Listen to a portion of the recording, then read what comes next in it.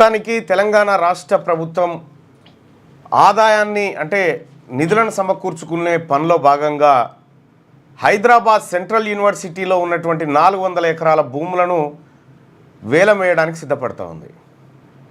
So ఆ యూనివర్సిటీలో చదివేదంతా 90% మంది ఎస్సీ ఎస్టీ మైనార్టీ పేద వర్గాల బిడ్డలే. 1975లో ఏర్పడినటువంటి ఉస్మానియా యూనివర్సిటీ సెంట్రల్ యూనివర్సిటీ ఆ భూములను రాష్ట్ర ప్రభుత్వం అప్పట్లో ఇచ్చినప్పటికీ ట్రాన్స్ఫర్ చేయకపోవడాన్ని ఆప్షన్గా తీసుకొని అందులోంచి 400 ఎకరాల భూములను వేలం వేస్తున్నట్టుగా తెలుస్తూ ఉంది. సో దానికి సంబంధించినటువంటి వార్తలు ఇప్పటికే చక్కర్లు కొడుతూ ఉన్నాయి. సో యూనివర్సిటీ భూముల అమ్మకం ఏందో అర్థం కాలే. అది పేదవాళ్ళు చదువుకునేటువంటి యూనివర్సిటీ. ఆ యూనివర్సిటీ ల్యాండ్లను అమ్ముకుంటా పోతే ఇంకా రేపు పొద్దుగాల యూనివర్సిటీ బంగ్లాడే మిగులుతాయి. ఇక్కడ సాకలైలమ్మ యూనివర్సిటీ అదని ఇదని ఓ 5-6 ఎకరాలు ఇది పెట్టి 400 ఎకరాలు అడగొట్టబట్టి కోర్టు మెన్స్ కాలేజీలో పెట్టి ఇది ఎక్కడ దుర్మార్గం? ఇప్పుడు తెలంగాణ రాష్ట్రంలో ప్రభుత్వాన్ని నడపలేనప్పుడు భూముల అమ్మకమే శరణ్యమా? ఇది ఈ 15 తారీఖు ఉంది వేలంపాట. అప్పుడు కేసీఆర్ చేసి ఇప్పుడు పెద్దగా ఏం అమ్ముకుంటా పోతే ఏమొస్తుంది? ఇట్లా అమ్ముకుంటా పోతే మరి పేదోళ్ళకి ఏం మిగులుతుంది? ఇంకా ఇగో ఇదే బిడ్డు HCU Hyderabad Central University. The last date for receiving all queries in 6th March 2025 and pre-bid meeting is scheduled to TGIIC HO on March 7th 2025. The last date for submission for bid shall be 15/3/2025. ఎల్లుండి వేస్తారు 3 గంటల వరకు bid opening చేయబోతావురట. ఆయాలనే 3:30కు Gachibowli దగ్గర. ఏందో అర్థమైతలేదుగా. Central university భూములు అమ్ముతారా? University భూములు కొత్త యూనివర్సిటీలు పెట్టి భూములు అలకేట్ చేయాలి. కానీ సెంట్రల్ యూనివర్సిటీ ప్రైమ్ ల్యాండ్ అది 100 కోట్లకి ఎకరం ఉంటుంది ఆడ ఈజీగా. 400 కోట్లు అంటే 400 ఎకరాలు అంటే జరంతనేనా? అసలు ఏం చేయబోతుంది రాష్ట్ర ప్రభుత్వం విద్యాలయాలని? మరి ఈ సెంట్రల్ యూనివర్సిటీ భూముల అమ్మకం ద్వారా ఏం చేయాలనుకుంటారో ఈ రాష్ట్ర ప్రభుత్వం ప్రజానికానికి చెప్పాలా? ఈ డబ్బులు అసలు భూములు అమ్మడం కోసమేనా మనల్ని ప్రజలు ఎన్నుకున్నది? అరే భూములన్నీ అయిపోయినాక ఏం చేస్తాం? మళ్ళీ తర్వాత ఏంది పరిస్థితి ఏంది? ఇప్పుడు రేపు ఏమైనా కట్టుకోవాలంటే ఎట్లా? మనం హామీలు ఇచ్చినాం కాబట్టి మన సొంత ఆస్తులు ఏమన్నా అమ్మి కట్టాలా? కాదు, ఇప్పుడు పేదలకు ఇంట్లో లేవు, భూమి ఇయ్యి. ఒకవేళ మీ దగ్గర 400 ఎకరాలు ఉందంటున్నావు కదా. ఈ పేదోళ్ళకేమో 125 గజాల జాగా, ఇల్లు లేని పేదలకు అనౌన్స్మెంట్ ఇచ్చింది లేదు. ఇలా 125 గజాల జాగా ఆడ 400 ఎకరాల అమ్మకం. 400 ఎకరాలు స్కీమ్ ఇది. హైదరాబాద్లో పేదలకు ఇల్లు లేవు కదా, కట్టిరాడా? ఆడ కట్టిరి మరి. అట్లా దానికి కాదట, సేల్ చేస్తారట అవి. మరి ఇది ఎక్కడ ప్రభుత్వం అర్థం కావట్లేదు. చాలా దుర్మార్గమైనటువంటి పరిస్థితిలో ఉంది. ఇవాళ కౌన్సిల్ జరగబోతా ఉంది. నిన్న గవర్నర్ గారు మాట్లాడినటువంటి ప్రసంగం ఏదైతే ఉందో దాని మీద ధన్యవాద తీర్మానం ఒకటి ఉంది. ఆ తీర్మానంలో నిన్న గవర్నర్ గారు మాట్లాడినటువంటి అంశాలు ఏవైతే రాష్ట్ర ప్రజలంతా చూసిరు. మీ అభిప్రాయం ఏంది? గవర్నర్ గారు మాట్లాడింది సత్యం అని చెప్పి నిజమే అని చెప్పి ప్రభుత్వం చెప్తా ఉంటే, మరోవైపు విపక్షాలు మాత్రం ఆయన అన్ని అబద్ధాలే చదివిండు, రాష్ట్ర ప్రభుత్వం 6 గ్యారంటీలు అమలు చేయలేదు, రాష్ట్ర ప్రభుత్వం ప్రజలను మోసం చేసిందని విపక్ష పార్టీలు ఆరోపిస్తూ ఉన్నాయి. సో ఈ నేపథ్యంలో గవర్నర్ ప్రసంగం సత్యదూరమైందా, సత్యంగానే ఉందా? మీరు ఒకసారి ఆ కామెంట్లోకి రండి, ఒకసారి ఆ పోల్లో పాల్గొందాం.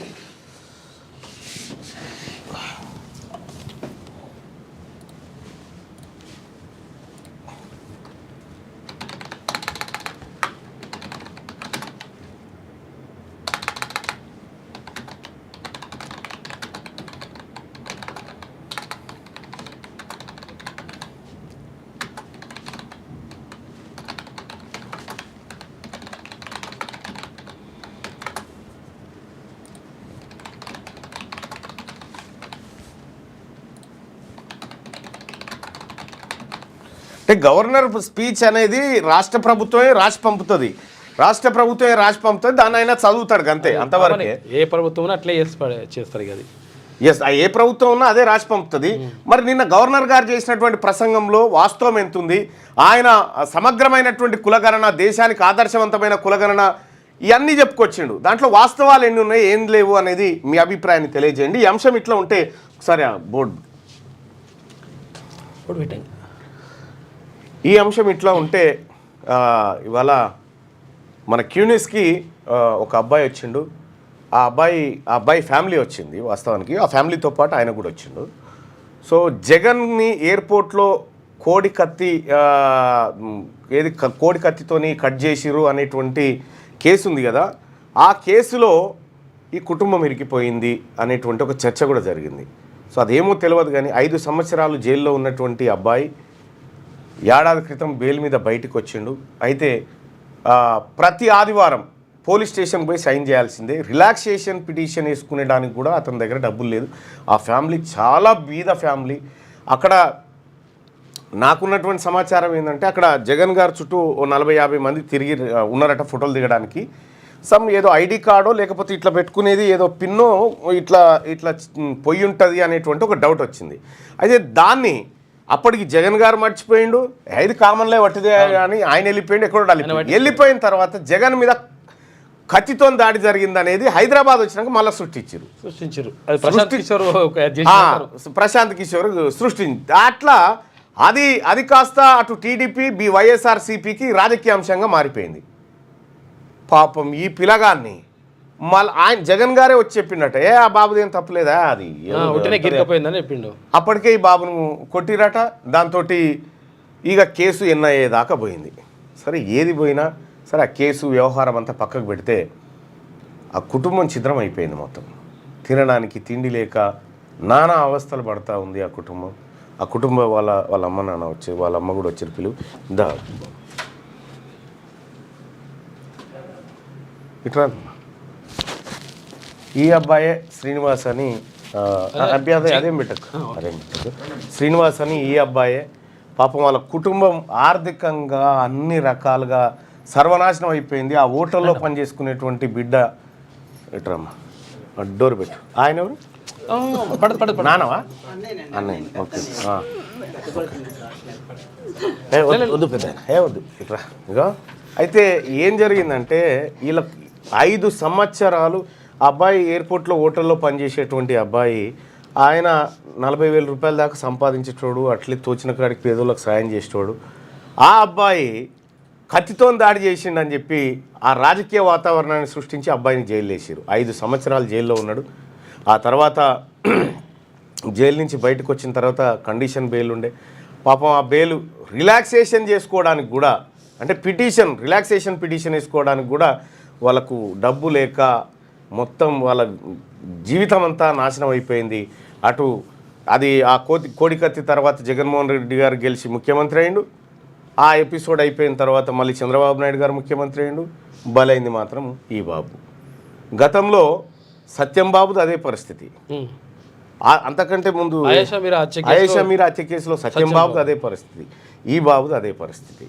అంటే మన రాజకీయాల కోసం ఈ సామాన్యులని వాడుకొని సామాన్యుల జీవితాన్ని ఆడుకోవడం అనేది అది పొరపాటు. సరే వాస్తవాలు ఏందనేది కోర్టులు తెలుస్తాయి. కానీ ఆర్థికంగా ఛిద్రం అయిపోయారు కదా వీళ్ళ బతుకులేంది. ₹1 గతి లేకుండా తిరుగుతూ ఉన్నారు. ఎక్కడన్నా సాయం దొరుకుతుందేమో అని చెప్పి వాళ్ళ క్యూని స్టూడియోకి వచ్చారు. పాపం ఒక దళిత సామాజిక వర్గానికి సంబంధించినటువంటి బిడ్డ ఆయన తప్పు చేసినా చేయలేదా అనేది కోర్టులు వ్యవహారాలు తెలిస్తాయి. కానీ నిజంగా ఆ అబ్బాయి ఓ రౌడీ కాదు, గూండా కాదు, కేసు లేదు, ఏమీ లేదు. 10 మంది పేదోళ్ళకి సాయం చేసేటువంటి స్క్రీన్ షాట్లు అవుతున్నాయి. మరి అటువంటి అబ్బాయిని ఆర్థికంగా కుటుంబానికి ఆధారమైనటువంటి పాపం ఈ తల్లి పేరు పేమెంట్ చుట్టూ పావులెత్తు బంగారం లేదు. వీళ్ళ జీవితాలన్నీ చిత్రమైపోయినాయి. అమ్మ ఏం జరిగింది చెప్పమ్మా. అదే చెప్పు ఏం జరిగింది అది చెప్పమ్మా. చెప్పు తల్లి ఏం జరిగింది, ఏం కావాలి, ఏమైంది? అంబుజపాటు వచ్చారండి బాబు గారు. అక్కడికి కలిసామండి. కలిస్తే అప్పుడు అమ్మ నేను అన్నీ చూసుకుంటాను, మీ అబ్బాయికి జాబ్ ఇస్తాము, నీ కుటుంబాన్ని నేను ఆదుకుంటాను, జాగ్రత్తగా ఉండండి అమ్మ అని చెప్పారండి చంద్రబాబు గారు. అప్పటి నుంచి ఇప్పటి వరకు కూడా మన జ్ఞాపకం లేదండి. ఇంకా మాకు బ్రతకడానికి చాలా కఠినం అవుతుందండి. నేను పథకం పనికి వెళ్తానండి. నన్ను కూడా మానిపించేశారండి పథకం పనులని. అప్పుడండి బాబు అలాగైన తర్వాత ఏదో అమ్మ అలా కూర్చోమ్మని ఓపిక లేదండి నాకు. అలాగే కూర్చుంటున్నానండి. వెళ్ళి కోకలు పెడుతున్నారండి నా మంచి తనుమాలు. కోకలు పెడుతున్నారండి. ఏదో చేసుకుంటున్నానండి. ఎంత 300 ఇంత ఎంత అది అవుతుందండి కుటుంబం. 10 మంది కుటుంబం అండి నాది. మీ అబ్బాయి జైల్లో ఉన్నప్పుడు ఏం జరిగింది?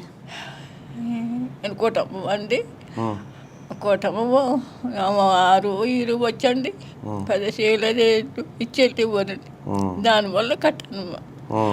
ఈయన గారేమో లగలపన్నారండి ముసలాయన గారు.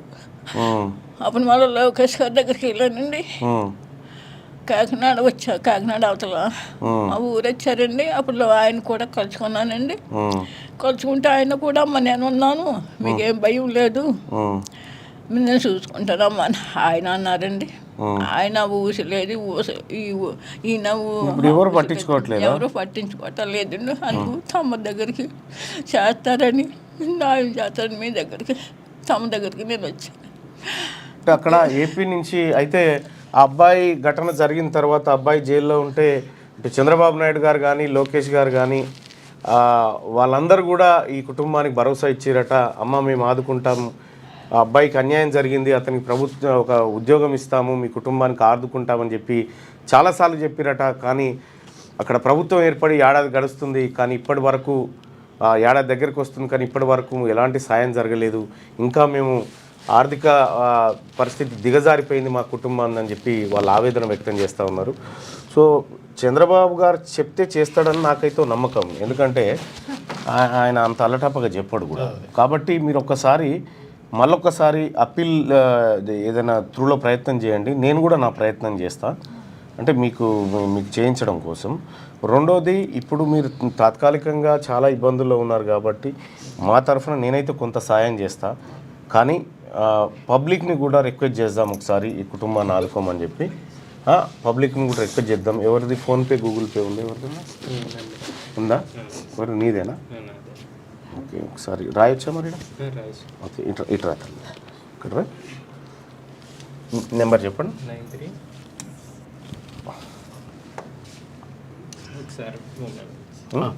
తీసుకో.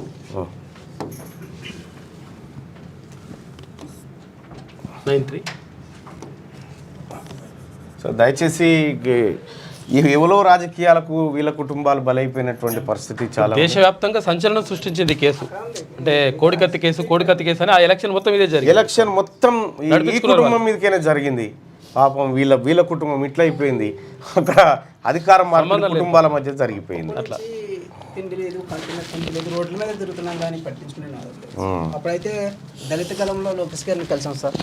ఇలా మాకు అన్యాయం జరిగిందయ్యా, మీరు అధికారంలోకి వస్తే మాకు ఏదో న్యాయం చేయాలంటే లేదు మా కుటుంబాన్ని అన్ని విధాలు ఆదుకుంటానని ఆయన మాట ఇచ్చారు. చెప్పండి. ఫోన్ 93 810 47 008. గూగుల్ పే ఫోన్పే ఉందా దీనికి? ఫోన్పే ఓన్లీయా? గూగుల్ పే కూడా పెట్టుకోవచ్చు కదా? ఫోన్పే ఉందా? ఫోన్పే ఉంది దీనికి. 93 810 47 008. ఏం పేరు వస్తుంది? శ్రీనివాసరావు జానపల్లి. ఒక్క నిమిషం.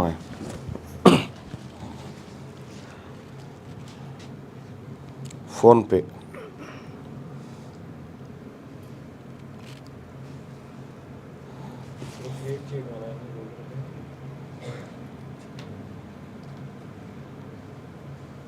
(93 810 47 008). శ్రీనివాసరావు జానిపల్లి. శ్రీనివాసరావు జానిపల్లి అని వస్తుంది. దయచేసి ఎవరన్నా మీకు తోచిన సాయం చేయండి. ఏపీ నుంచి వచ్చినారు. ఏపీ నుంచి వచ్చినారు.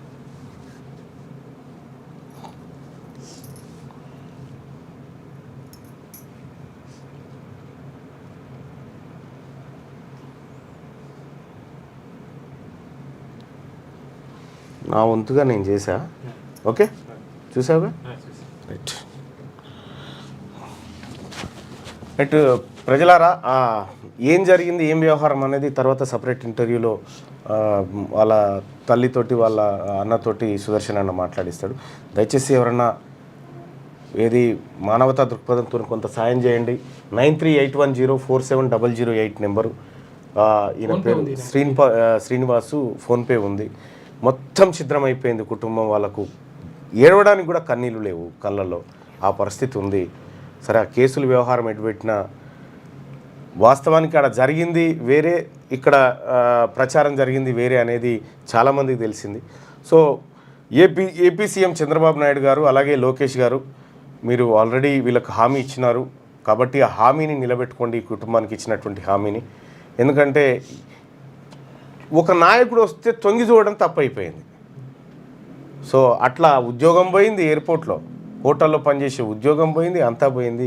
సో ఇట్లా ఇది వీళ్ళ పరిస్థితి. దయచేసి ఆదుకోవాల్సిందిగా ఆ ప్రభుత్వాన్ని రిక్వెస్ట్ చేస్తూ ఉన్నా. రైట్, ఓకే, మీరు కూర్చోండి, చెప్తాను. కూర్చోండి, కూర్చో.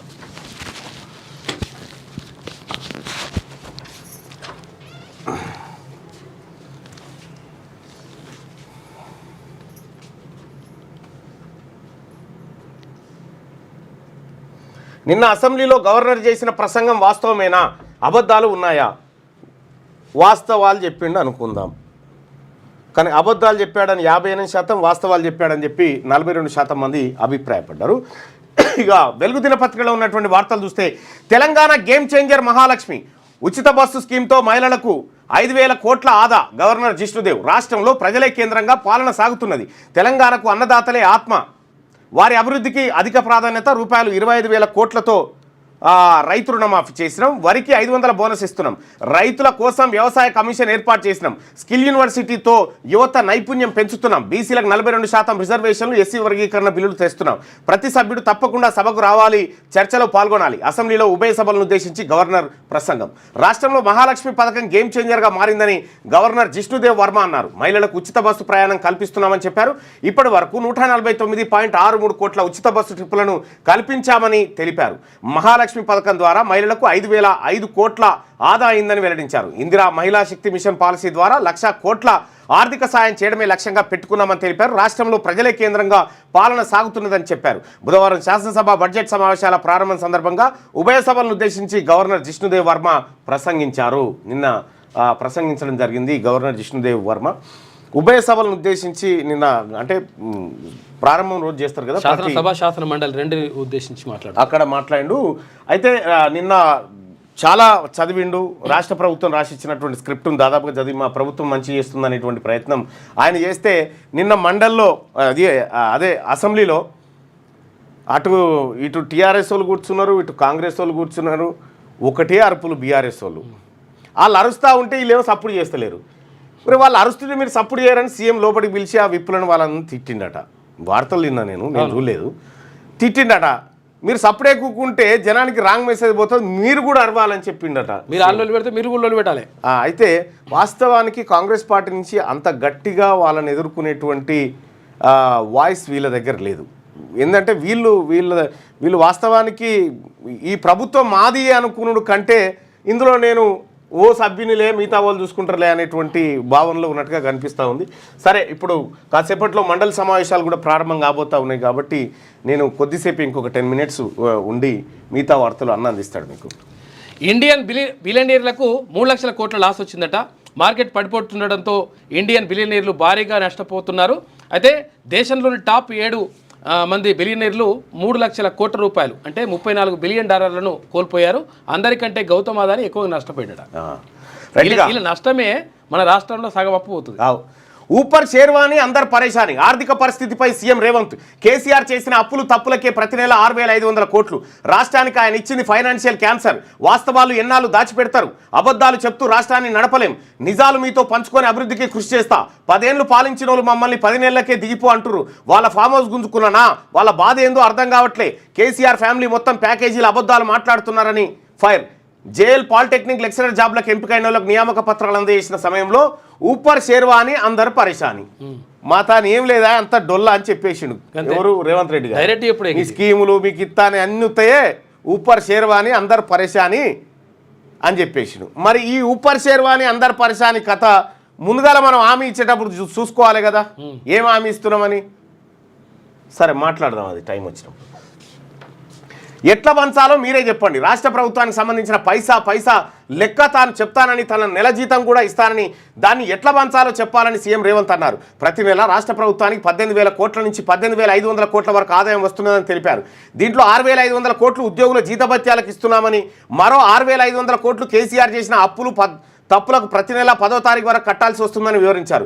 మిగిలిన 5,500 వేల కోట్లలోంచే రైతు రుణమాఫీ, రైతు భరోసా, కళ్యాణ లక్ష్మి, పెన్షన్లు, షాదీ ముబారక్ లాంటి 25 నుంచి 30 ప్రభుత్వ సంక్షేమ పథకాలకు ఉపయోగించాల్సి ఉంటుందని తెలిపారు.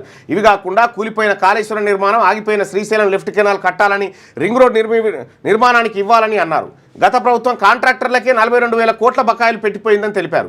22,000 కోట్లు వస్తే తాము ఇచ్చిన హామీలన్నీ అమలు చేయగలమని, కానీ పూర్తి స్థాయి నిధులు లేకపోవడంతో ఒక నెల అంగన్వాడీలకు, మరో నెల ఆశాలకు, ఇంకో నెల షాదీ ముబారక్, కళ్యాణ లక్ష్మికి బకాయి పెట్టాల్సి వస్తుందని వెల్లడించినట. ఇంకా నయ్యం ఈ మాత్రమన్నా చెప్పినావు కానీ ఇదే మాట ఎన్నికల టైంలో చెప్పినుంటే మనకు ఓట్లు వేయకపోదురు. అక్రమ మైనింగ్ పెనాల్టీలకు ఓటీఎస్ అంట. అక్రమ మైనింగ్ పెనాల్టీలకు రాష్ట్ర ప్రభుత్వం రాయితీ ప్రకటించింది. ఇక వన్ టైం సెటిల్మెంట్ చేసుకునే వెసులుబాటును కల్పిస్తూ బుధవారం ఉత్తర్వులు జారీ చేసింది. వాస్తవ పెనాల్టీలను కూడా రాష్ట్ర ప్రభుత్వం భారీగా తగ్గించిందట. ఇప్పుడు 18,500 కోట్లు ఆదాయం వస్తుంది. 12 నెలలకు వంచు మన బడ్జెట్, మన కథ, మన లెక్క తేలిపోతుంది. 2,91,000 కోట్ల బడ్జెట్ పెట్టినాం కదా, ఎంత ఖర్చు ఎంత చేయగలిగినా మనం 2 లక్షల కోట్లు దాటలే. 2 లక్షల కోట్లు అటు ఇటు అంతే. 91,000 కోట్ల రూపాయలు ఆమ్దాని లేదు. 27 వరకు అసెంబ్లీ, 17, 18వ తేదీల్లో బీసీ ఎస్సీ బిల్లులకు ఆమోద ముద్ర, 19న బడ్జెట్, 24, 25, 26 తేదీల్లో బడ్జెట్ పద్దులపై చర్చ, 27న ద్రవ్య వినిమయ బిల్లు ఆమోదం తర్వాత సభ నిరవధిక వాయిదా, బీసీఏలో అధికార ప్రతిపక్ష పార్టీల నిర్ణయం. అసెంబ్లీ బడ్జెట్ సమావేశాలు ఈ నెల 27 వరకు కొనసాగనున్నాయి.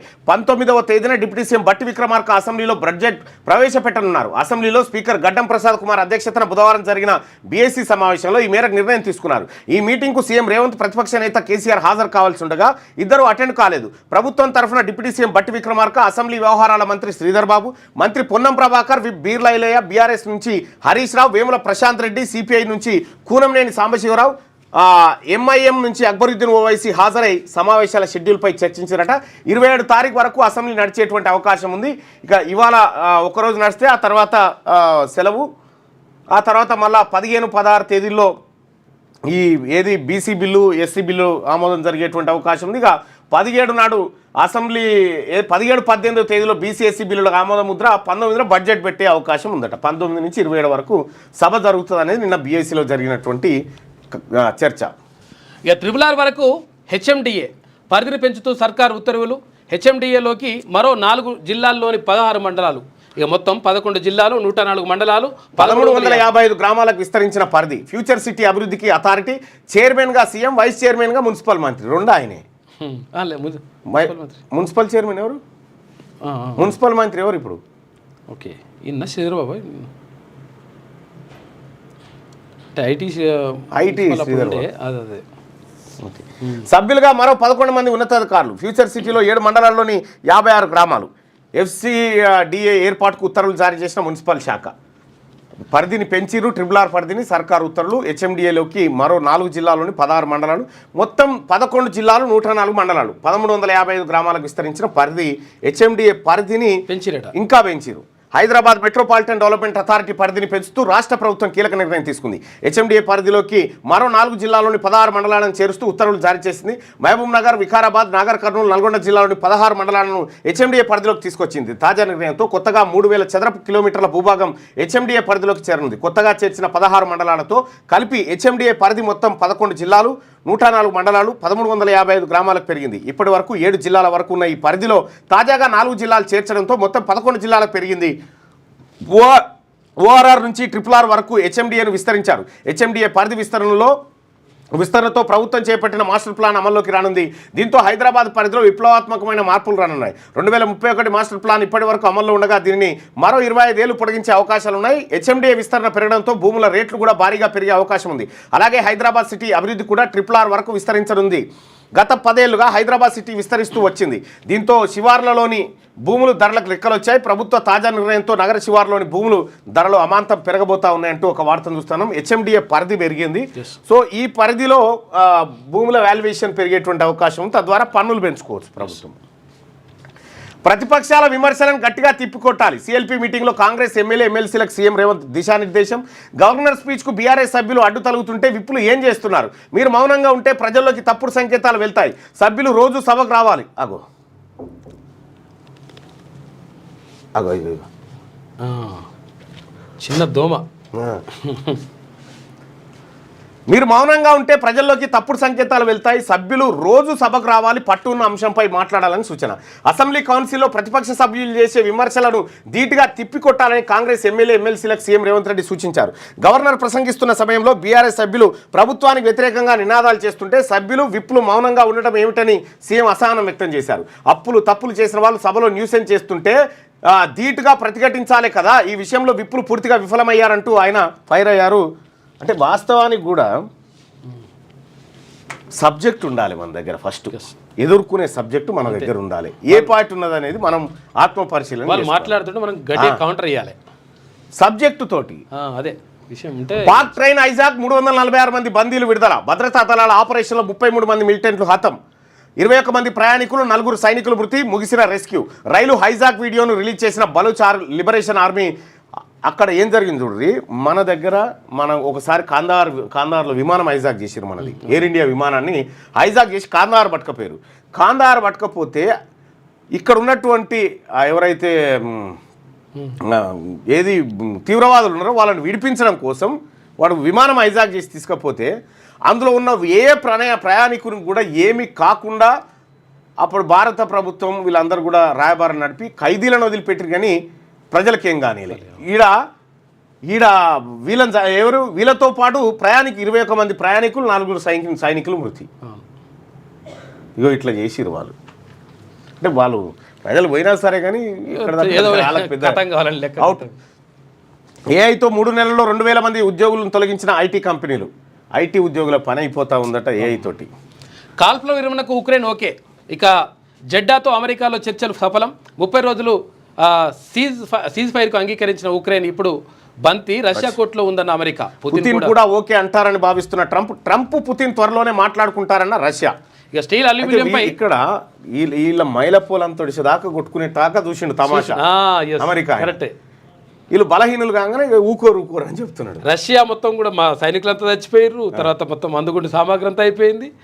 ఇక్కడ ఉక్రెయిన్ పని అయిపోయింది. ఉక్రెయిన్ అయ్యా దేవుడా నువ్వే నాకు దిక్కు అని చెప్పేసి పోతే అప్పుడు ఇద్దరి పని అయిపోయింది. కాబట్టి స్టీలు అల్యూమినియంపై 20% టారిఫ్లు ప్రకటించిన America president Trump. Canada, Mexico, బ్రెజిల్పై భారీగా ఎఫెక్ట్. చైనా, ఇండియాలపై స్వల్ప ప్రభావం చూపేటువంటి అవకాశం ఉందట. స్టీలు అల్యూమినియంపై 25% టారిఫ్లట.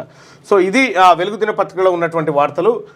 ప్రజలారా నేను అక్కడ దానికి మండలికి పోవాల్సినటువంటి అవసరం ఉంది కాబట్టి సో ఒక 2-3 రోజులు కొద్దిగా హాఫ్ అన్ అవర్ అట్లా వచ్చిపోతా. ఇవాళ 10 గంటలకి సభ స్టార్ట్ అవుతుంది కాబట్టి మిగతా వార్తల్ని సుదర్శన్ అన్న అందిస్తాడు. దయచేసి మార్నింగ్ న్యూస్ని లైక్ చేయండి, షేర్ చేయండి సోదరులారా.